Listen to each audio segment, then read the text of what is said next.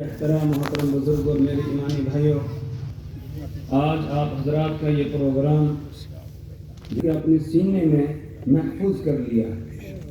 ہمارے سامنے کوئی یہ بڑی بات نہیں ہے، ہم یہ سمجھ رہے ہیں کہ چلو مدرسے میں پڑھ رہا تھا، اس نے حفظ کر لیا، قرآن مکمل ہو گیا، کوئی بڑی بات نہیں ہے۔ لیکن اس کا پتہ ہمیں اس دن تیری منزل آخری وہ آیت ہوگی جو تو پڑھے گا، کتنی خوش اس وقت جو ہے اس کو کتنی عزت اور اعزاز دیا جائے گا۔ اور اس سے بڑھ کر عزت یہ ہے کہ جس نے حفظ قرآن کیا ہے یہ اس صف میں لگ گیا ہے، اس لائن میں لگ گیا ہے جس لائن میں سب سے پہلے نمبر اللہ کے محبوب محمد عربی صلی اللہ علیہ وسلم ہوں گے، جو سب سے پہلے حافظ قرآن ہیں، جن کے سینے پر قرآن پاک اتارا گیا، نازل کیا گیا، نزل به الروح الامین علی قلبک لتکون من المنذرین۔ تو آج ہمارے سامنے کوئی خاص بات نہیں ہے، اس لیے جو ہے ہم یہ سمجھتے ہیں مدرسے پڑھنے والے بیکار بچے ہوتے ہیں جو یہاں پڑھ رہے ہیں۔ نہیں، یہ بیکار نہیں ہے، یہی کارآمد ہے، یہ وہ ہیں جن کو اللہ منتخب کرتا ہے۔ ثم اورثنا الکتاب الذین اصطفینا من عبادنا فمنهم ظالم لنفسه ومنهم مقتصد ومنهم سابق بالخیرات۔ اللہ فرماتے ہیں ثم اورثنا الکتاب، پھر ہم کتاب کا وارث بناتے ہیں اس کو، الذین اصطفینا من عبادنا، کہ جن کو ہم منتخب کرتے ہیں اپنے بندوں میں سے۔ بچے تو بہت ہیں، ہمارے گھروں کے اندر بھی ہیں، لیکن وہ من ہوئے یہ جو یہاں بیچارے شرٹ کے اندر رہ رہے ہیں اور یہاں تعلیم حاصل کر رہے ہیں، صبح اٹھتے ہیں اللہ کی کتاب قرآن پاک ان کے ہاتھ میں ہے، ان کی زبانوں پر قرآن پاک ہے، ان کے کان قرآن پاک کو سن رہے ہیں، ان کی نظر قرآن پاک کو دیکھ رہی ہے۔ رات کو جب سوتے ہیں اس وقت بھی نہیں، اس میں ان کے ہاتھ میں قرآن ہوتا ہے، قرآن کو رکھتے ہیں اور پھر سوتے ہیں، دن بھر قرآن پاک کے ساتھ لگے رہتے ہیں۔ کتنے خوش قسمت ہیں، مبارک ہیں ان بچوں کو، ان کے والدین کو اور ان کے رشتہ داروں کو، اور جو حضرات یہاں اس مدرسے کا انتظام چلا رہے ہیں ان کے لیے، جتنے بھی مدارس ہیں ان کا انتظام چلانے والے ہیں۔ میرے ایمانی بھائیوں، یہی دولت ہے قرآن پاک کی جو ہمارے ساتھ جانے والی، جو کام آنے والی ہے۔ باقی یہ دنیا کا سب کچھ یہیں پر رہ جائے گا۔ کیا ہے قرآن پاک؟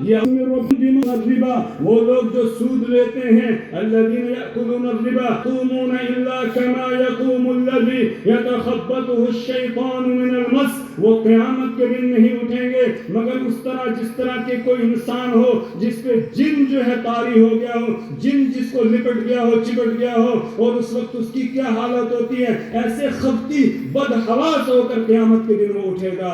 تو یہ قرآن پاک کے اندر بیان کیا گیا ہے کہ بفضل اللہ و برحمتہ، اللہ کے فضل اور اس کی رحمت سے ملے گا۔ اگر تشریف لے آئے، اللہ سے دعا کرنے کی توفیق۔ اللہ تبارک و تعالی قرآن پاک کے ساتھ ہمارے تعلق کو مضبوط فرما دے۔ سبحان اللہ وبحمدہ، سبحانک اللہم وبحمدک۔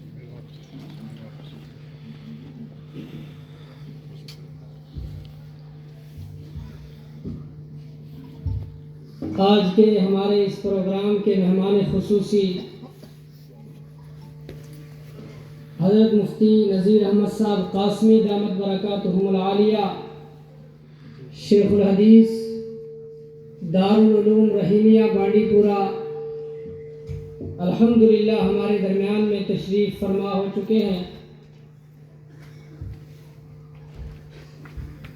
حضرت مفتی صاحب اللہ تعالیٰ کی طرف سے ایک نعمت غیر مترقبہ ہے ہمارے لیے، بلکہ پوری ملت اسلامیہ کے لیے اللہ تعالیٰ ان کی عمر میں برکت عطا فرمائے، ان کا سایہ تا دیر ہمارے سروں پر قائم فرمائے۔ میں نہایت ہی ادب کے ساتھ درخواست کرتا ہوں حضرت مفتی صاحب سے کہ تشریف لائیں اور اپنے بیان سے سامعین کو محظوظ فرمائیں۔ اس ادارے اور اس کے ذمہ دار اور اساتذہ اور اس بستی کے تمام حضرات کی طرف سے ہم حضرت مفتی صاحب کا شکریہ ادا کرتے ہیں۔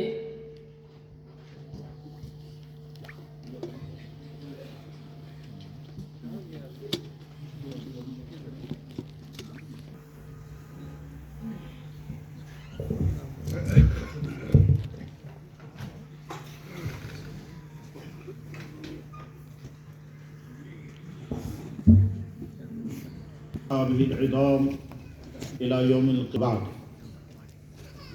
فأولا أشهد أن لا إله إلا الله وأشهد أن محمدا عبده على هذه وعليها نموت إن شاء الله. رضينا بالله تعالى رب الاحترام. بہت قابل محبت حضرات علماء اور اس مجلس میں شریک ہونے والے دینی بھائیوں، دنیا میں انسان جب بھی کوئی کام کرتا ہے تو اس کی کوئی نہ کوئی نیت ہوتی ہے. نیت کے بغیر دنیا میں کوئی انسان کوئی کام نہیں کرتا. یہاں تک کہ بچے اگر کھیلتے ہیں تو اس کھیلنے بھی کوئی نہ کوئی مقصد ہوتا ہے، وہ ہے خوش ہونا، صحت بننا. تو ٹھیک اسی طرح سے ہر چھوٹے بڑے کام کے پیچھے کوئی نہ کوئی نیت، کوئی نہ کوئی مقصد ہوا کرتا ہے. ہم اس وقت ایک دینی مجلس میں ہیں.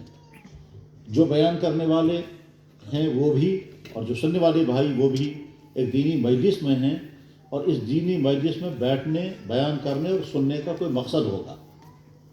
تو بیان کرنے والوں کو تو خود ہی ذمہ داری ہے کہ وہ اپنا مقصد طے کریں، وہ کیوں بیان کر رہے ہیں اور بیان کرنے کی نیت ان کی کیا ہے اور مقصد اور غایت کیا ہے، وہ کیا چاہتے ہیں اس سے. یہ تو ان کی ذمہ داری ہے. اور لیکن سننے والے بھائیوں سے درخواست یہ ہے کہ آج ہی نہیں ہمیشہ کے لیے ایک معمول بنا لیں. اور وہ معمول یہ ہے، جب بھی دین کی کسی مجلس میں بیٹھنے کا موقع ملے، جب بھی دین کی بات سننے کا موقع ملے، ایک تو اس کو سعادت سمجھیں، خوش قسمتی سمجھیں، غنیمت سمجھیں، بڑی قدر کے ساتھ، قدر افزائی کے ساتھ اس مجلس میں شریک ہوں. اور اس کے بعد پھر یہ نیت کر کے سنیں، یہ نیت کر کے کہ جو کچھ کہا جائے گا، جو کچھ کہا جائے گا اس کو میں اپنے پر اپلائی کروں.